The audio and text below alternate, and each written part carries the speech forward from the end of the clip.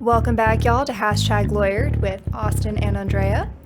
We're here with a very special guest today, Michelle Simpson Tuegel, and we are so excited to discuss her background and discuss everything from her experience working death penalty cases as a young lawyer to her work representing victims of sexual assault and bringing it all the way to the present times with the Black Lives Matter movement and ICE's brief, short-lived guidance about international students not being able to stay in the United States. So, buckle up. It's going to be a fun ride today, y'all. All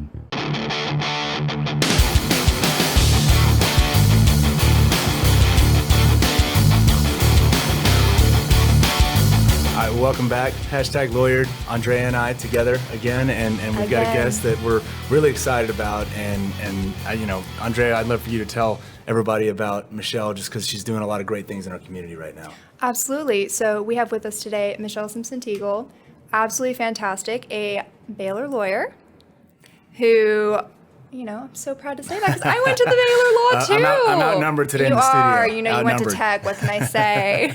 Capital B, capital L.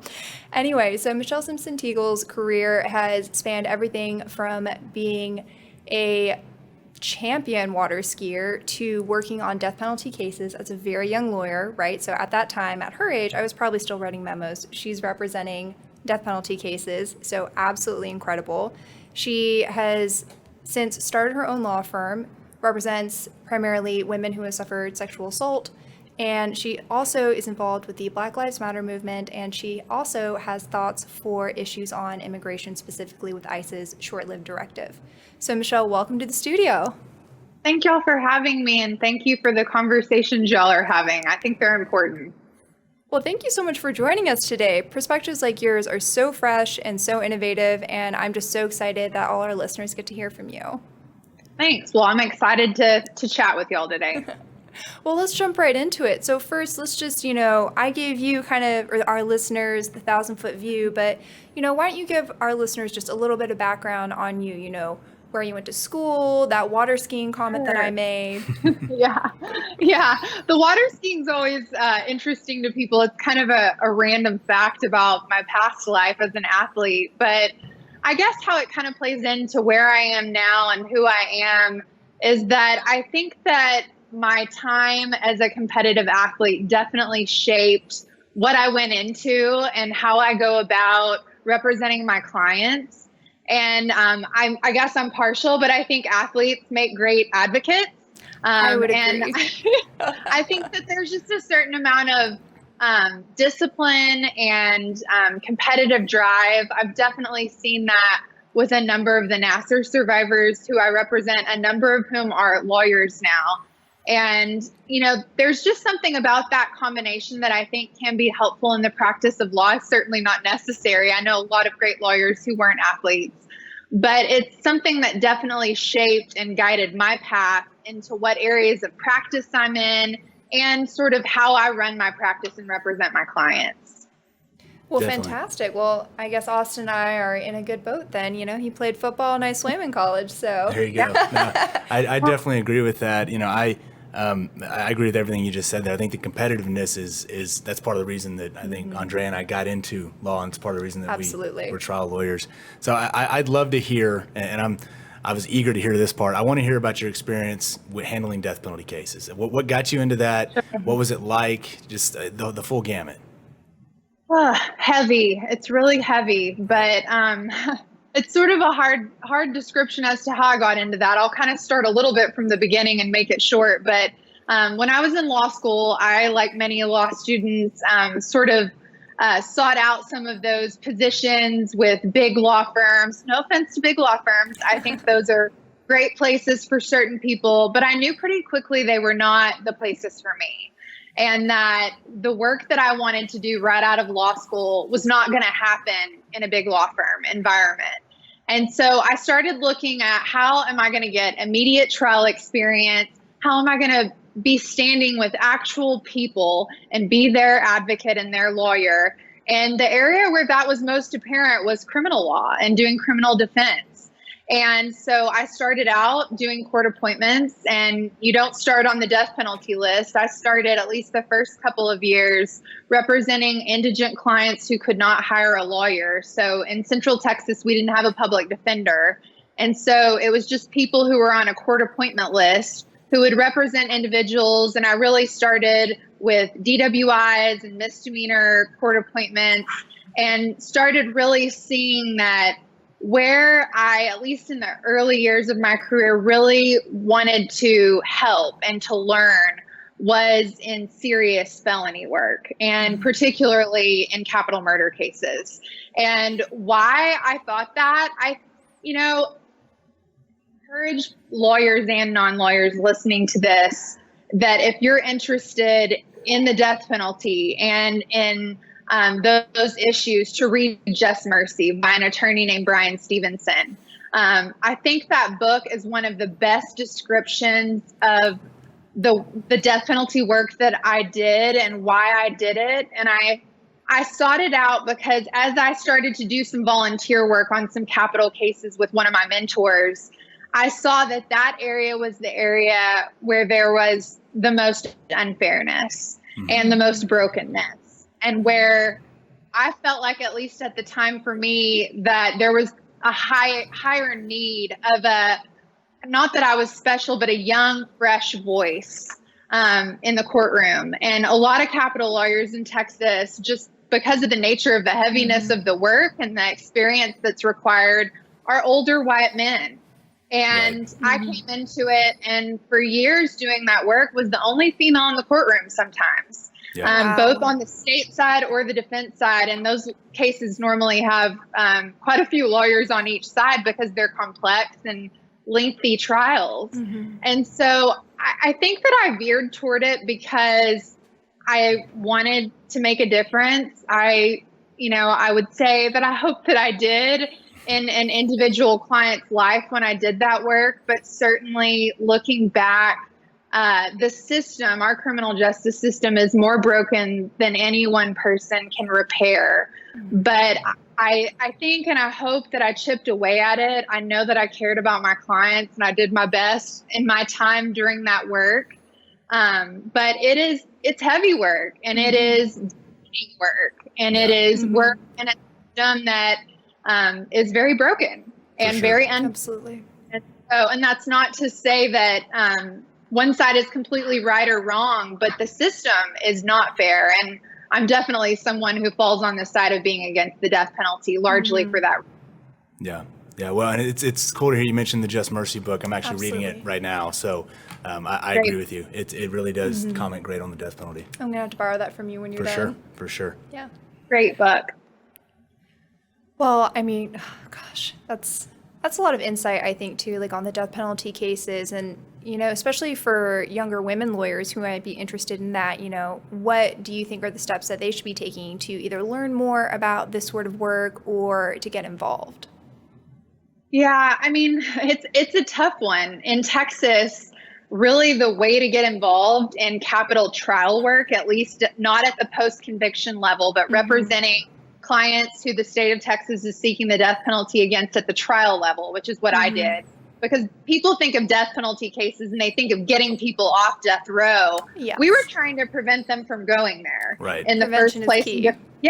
And defending them at trial or in negotiations sometimes. But I would say volunteering with a very seasoned lawyer who has done capital defense is a way to get your foot in the door and doing that work.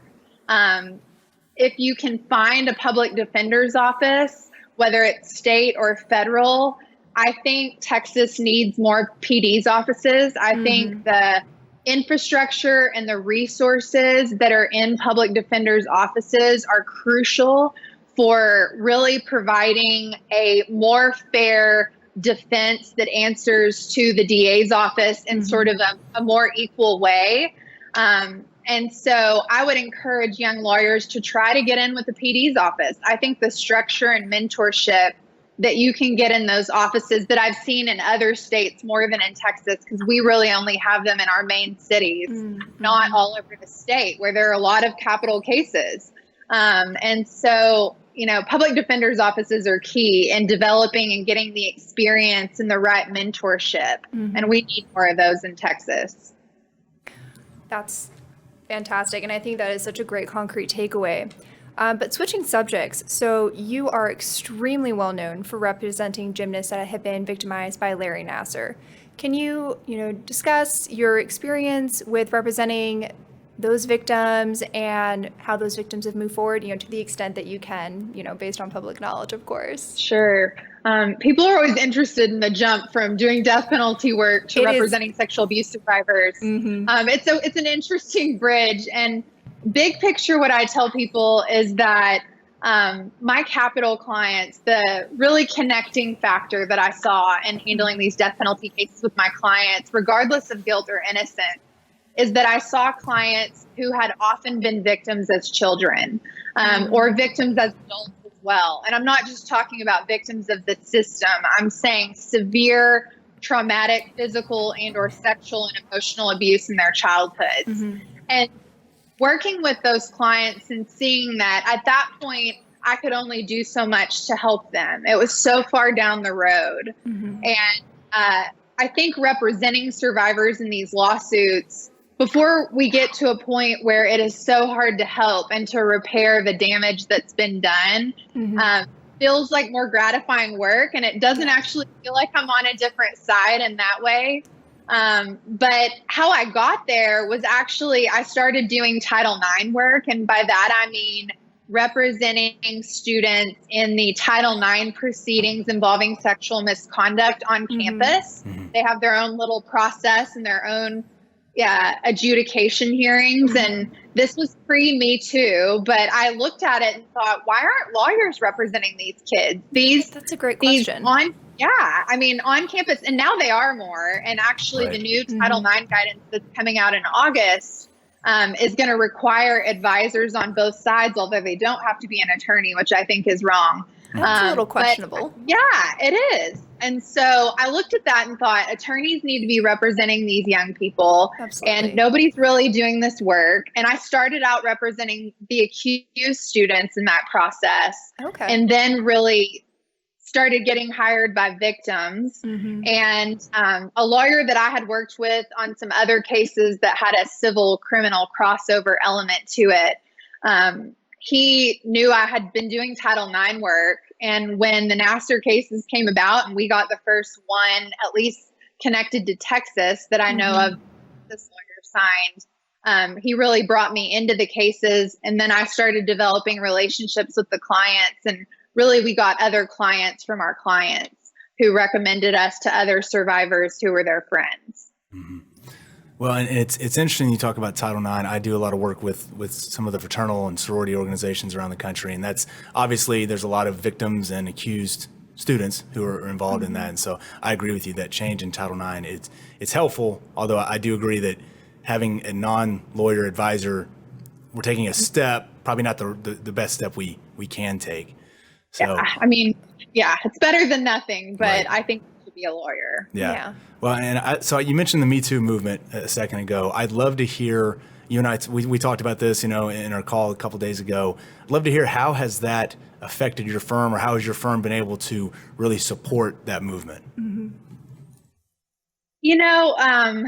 It really, I think it sort of blew up and made the demand for the type of work I had started doing more. I didn't plan for that or realize that would happen when I started doing Title IX work. But on both ends, there became, as more women come forward and more women were able to speak out, there became a higher need for representation on both ends. And initially, I was being hired by the accused students. And, I believe that right is important and necessary, but I'll say not in every case, but in some cases, I struggled with that being a woman. And it wasn't that I didn't think that they deserved an advocate, but I had certain cases, not every one of them, where I struggled because of the facts or because of something that I knew that they still deserved an advocate. But for me, the better fit was representing the women. And I definitely connected with female athletes, having been a female athlete. Absolutely. And I think was able to communicate with those clients in a way that was just more natural for me. Mm-hmm. But the Me Too movement definitely increased the demand of the work. And it also opened up an ability for my clients to speak about what happened to them that did not exist before.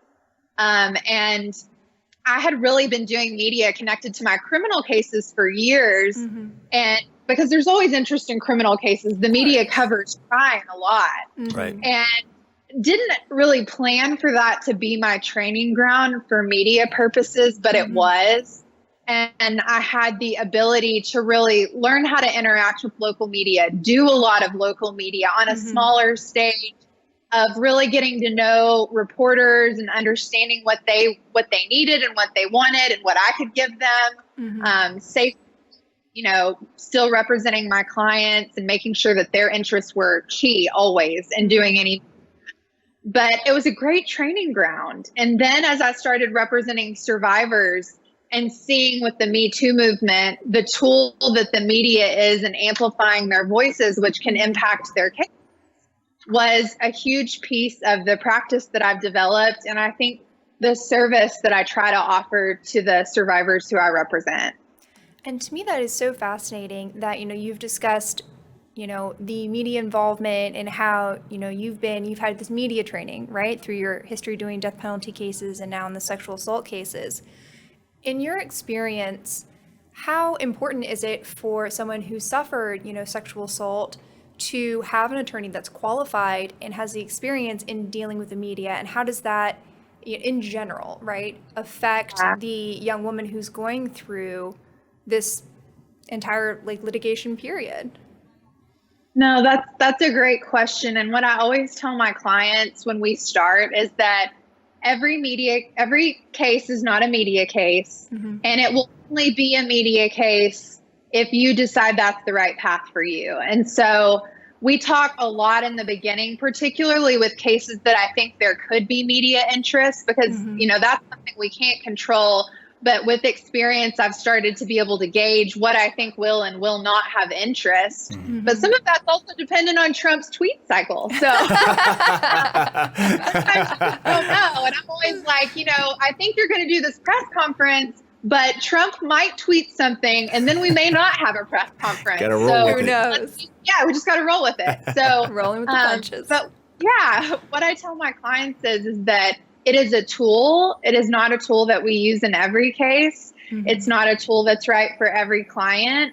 But I really have used it, and I believe that the Me Too movement has been so key in allowing the clients to choose that is a healing path for them, and that is an empowering way to go for them, that it has given it to them in a way that women and male survivors did not have before. Mm-hmm. But it's not right for every person, and it's not right for every case. I certainly have cases where I believe it's in the best interest of my victim and my survivor that I represent that we keep things as confidential as possible, depending on their situation and the facts. And so it just really is dependent on the case. But the Me Too movement has had a huge impact on the ability to use that tool and for clients to really heal through that process. Because I have seen that, and the Nassar cases are a huge example of that. Yeah. And, I've kind of, I hear what you're saying there, because you're right. The media can be a tool. Sometimes it can be not the appropriate tool. Mm-hmm. Kind of as a little bit of a devil's advocate view. Obviously, there are a lot of critics of the Me Too movement.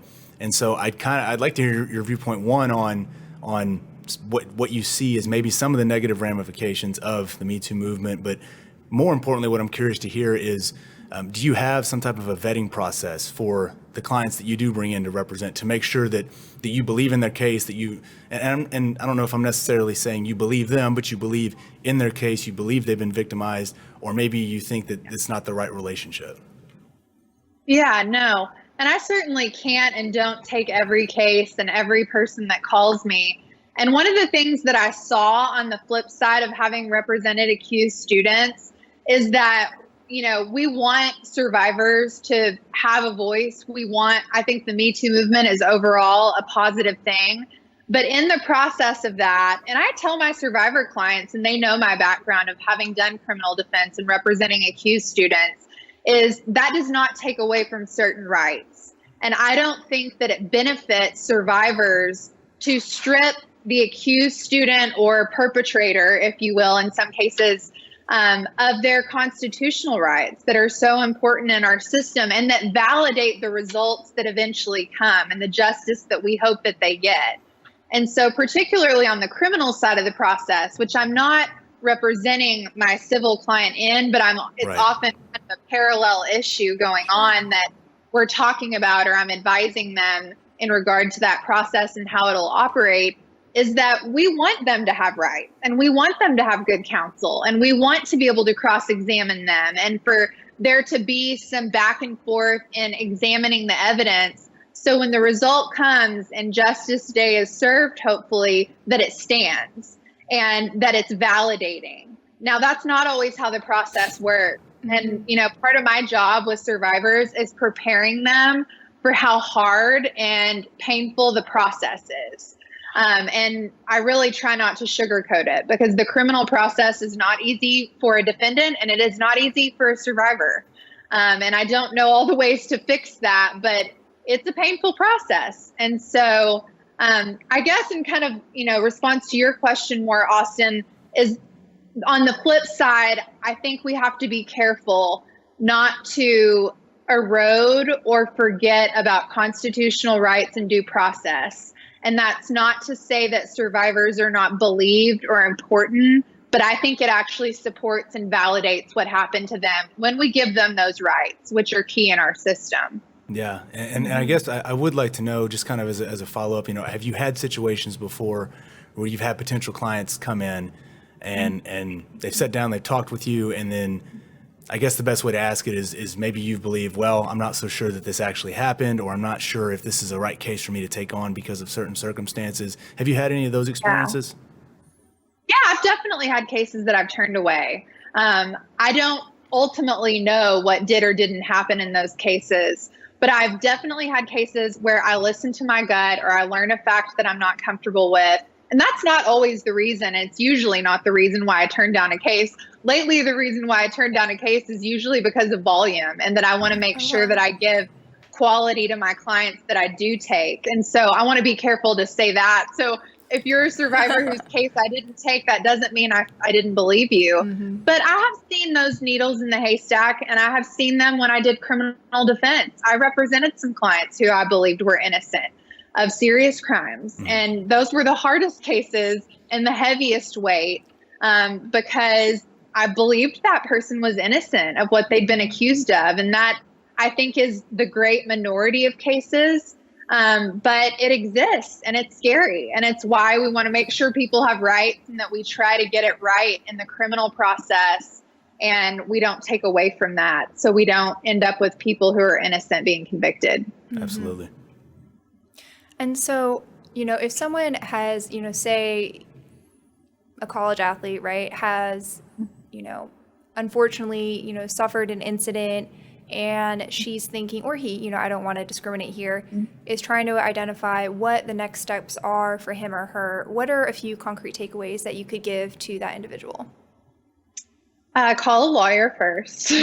Don't talk to someone at your school just by yourself about it. Okay. I think one of the most important things for students is for them to get independent counsel, at least for a free consult. A lot of lawyers will do that.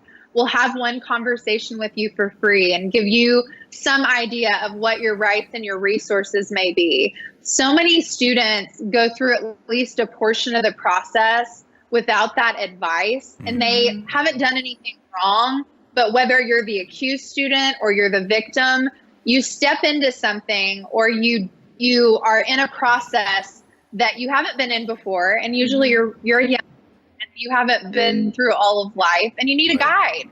Absolutely. You need someone for you, and who is not just you looking out for you, but somebody else looking out for you. And so that would be my first thing. And my second thing would be to see a counselor once you have talked to a lawyer. I see so many students who walk through these traumatic experiences alone and they don't get help and they go too long without support. And one of the first things I usually tell my clients or potential clients who call me in these cases is, are you seeing a counselor? Yeah. Because I can't find a counselor or your therapist. I want to be a support and a voice for you. But I think everybody should see counselors because almost everyone has been through hard things in life that they need someone to talk through that with. And unfortunately, a lot of people, especially a lot of females, just statistically speaking, have been victims of sexual abuse or assault. And that's something they need to go through with a professional. So talk to her and get some counseling, at least try to find some resources. A lot of free resources exist in that area that people don't know about. Awesome. And just off the top of your head, what are a couple of those free resources that you would think are really helpful? Sure. So a lot of women's shelters or women's centers, rape crisis centers, sometimes schools of social work have lower cost options where you can basically see someone who's in training, but you're with someone who's certified and it's maybe not as expensive as just someone in private practice. So I would say look at nonprofits, look at organizations that are fighting sexual abuse and assault, because they'll often be able to point you to resources. Actually, this week, I'm creating a document with a list of all of that because I get that question. Oh, well, we would love to, if that's publicly available, we would love to link that in the show notes for people. We'll definitely get that to you. My assistant, Faith, she's working on that this week. Well, perfect. Awesome. Well, excellent. Well, switching tracks again, we wanted to talk to you briefly about the Black Lives Matter movement and your involvement with getting the temporary restraining order against Dallas PD when it came to using tear gas and rubber bullets at a particular protest. Can you describe that experience and your work in that area for us? Yeah. So as the country was really, starting to have these protests and we were seeing things build, and I was watching it, mostly because I was trying to be good and stay home because of COVID. And I was thinking, what can I do to be an ally and to help in this? I had definitely seen through my work as a criminal defense attorney how disproportionate the impact of the problems in our criminal justice system have hurt and impacted communities of color. And knowing that, I can never say that I understand or have experienced what a lot of my colleagues and friends and family members of color have experienced, but I felt and saw that pain in a new way as having a front row seat in the criminal justice system, and especially in death penalty cases where that's even more severe. And so when I saw everything connected to George Floyd and I watched that awful video, I just wondered, what can I do? And I thought, well, I've been a criminal defense lawyer. I haven't done it in a few years, but I could take some pro bono protester cases. And so I started just kind of put that out on social media, thinking a couple people would call me, and got a lot of calls. And I couldn't take every single one, but I took some protester cases on a pro bono basis for criminal defense representation. And also mixed in with those calls, I was getting calls from people and protesters who had been seriously injured in Dallas by the police. And something just clicked, and I thought, we need to do something about this piece too. And I office in a building with a number of lawyers and a nonprofit. And one of the lawyers in my building does a lot of police brutality work. And his work has centered on racial justice issues. And I reached out to him and another lawyer in my office who does a lot of discrimination employment cases, and just started talking through, what could we do for these potential clients? What could it look like? And we formed a team that included myself. I don't want to take the credit for this because it was definitely a team effort. Very modest of you. Well, it took a village on this one for sure, because anytime you're seeking an injunctive relief, you want to do it fast, and it involves a lot of legwork. I didn't know this until I did it. Daniel Daly is the police brutality civil rights lawyer who got involved, who's in my building. A great appellate lawyer, actually two, Morgan McFeeters and Jessica Foster. Another incredible civil rights lawyer, Daryl Washington and Adam Greenfield. And a number of Houston lawyers also joined in who had some other clients in similar cases. And so together we formed a team. We started briefing. We sort of assigned duties and got the injunction. And so I didn't know if we'd be able to get it. I believed that was the right thing to be in place. And I'll have to say, of all the work that I've done, that was one of the most immediately gratifying moments when we realized that all that we had basically been pulling all-nighters for a few days. Oh, geez. And that we had gotten that. It was one of those moments that I wish there had been a camera in the room because our team was all together. Yeah. And it was just, we have a long way to go. And I don't think that by any means the problems are solved, but it was a good moment where we felt like we moved the needle a little bit. And you don't get that very often as a lawyer. And so that was a good moment. Yeah. It definitely sounds like a moment to cherish. For sure. And just for our audience, sake, because TROs, like we hear about those in a lot of different contexts. But one of the things, Michelle, that you pointed out to Andrea and I is that it was important to get it done very quickly because at some point the issue maybe wasn't necessarily going to become moot, but it could. But then obviously the how important the issue was in the public's eye was going to dwindle as time went on. And so you had stressed to us how important it was to get it done, get it in front of a judge, get it signed so that we could, one, address the current problem. But I think kind of what you had told us was this was a part of something to try to address future problems like this should they come again.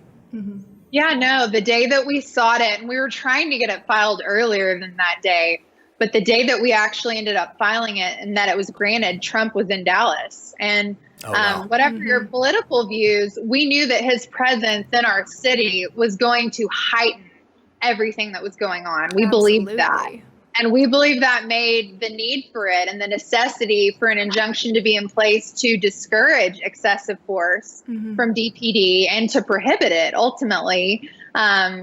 We felt like that was really needed. And I'm grateful that the city of Dallas came to the table and agreed to that and that a federal judge did as well. And so it's a small step, but there's a lot more work to do. Small but mighty step, I would say. Yeah, absolutely. I hope so. Yes. Well, we wanted to pick your brain on one last issue. So as people are aware, ICE issued guidance not too long ago stating that for international university students, that if their university was switching to all online classes due to coronavirus, then the university, as a result of having online-only classes, ICE would say those students would no longer have valid visas and would need to leave the country. Now, I know that guidance has since been rescinded, so I wanted to get your thoughts on, one, that issue, and then two, your thoughts on why that guidance by ICE was rescinded. I mean, my personal opinion on it is it was arbitrary and discriminatory and unfair towards, it's another example of this administration discriminating against immigrants. That's my big picture personal opinion, take it or leave it. But I think the reason that it changed and that it was rescinded, and it's a common thread that I'm seeing in these cases where the minority voice is impacted in a legal situation and then something changes, is that there was pressure. And at least Harvard and MIT, I think backed by hundreds of other colleges and universities who filed behind them or filed amicus briefs, they had a lot of pressure from educational institutions and people in general that this was problematic. Not just in the sense of it's unfair and we shouldn't be doing it, but what were these students, a lot of whom are already in the United States and could not get back into their home country because of how bad things are here, what were they supposed to do? Where were they supposed to go? And so it created a lot of health and safety and logistical issues for these international students who are already here. it created a lot of problems that were going to be unfair and impact health and safety for a lot of people. Absolutely. I mean, Austin, what do you think on that issue? Well, yeah, and I agree. I mean, I think sometimes it's funny, and I hate to say this, but I agree with what you said, Michelle. Sometimes pressure, social pressure, gets a lot more done than we as lawyers can. I think that's a good thing in some regards. It's a bad thing in other regards, but I think it definitely helps equip lawyers like yourself who have done a great job taking a stand on these social issues to try and work both sides of the aisle to get things done. And so do you think, Michelle, how much, if any, pressure did social media play in helping ICE realize the error of its ways and rescind its guidance? Or do you think it was mostly the lawsuit by the universities?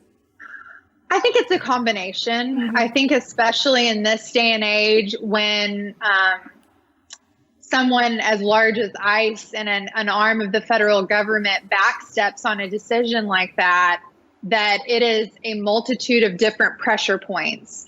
And I think that social media had a piece in it. I saw a lot of young millennials posting about it. I've read about that.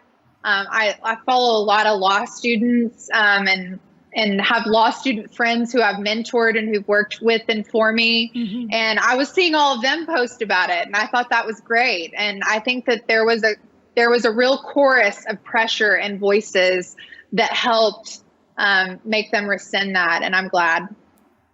Well, fantastic. Austin, are there any last questions that you want to toss Michelle's way? No, Michelle, we're just really glad that you came to jump on the show with us today. You've been doing a lot of work that's very relevant, very important in what's going on in our world today, with it spanning multiple generations, multiple issues, and I just can't say enough for what you're doing. So, thank you from us here for doing what you do. Yes, thank you so much for coming on and all the concrete takeaways. That was just fantastic, and we're so excited to have those in the show notes for people to be able to access, and maybe if they can't use them themselves, they can have a friend use them. So yeah, of course. Well, thank you all for these conversations and for having me. Absolutely. Well, that's it for #Lawyer today. Again, follow us on #Lawyered on Instagram. You'll see Michelle's handles in the show as well. Make sure and go follow her and keep up with what she's doing, and we look forward to seeing you again next time. Thanks, y'all.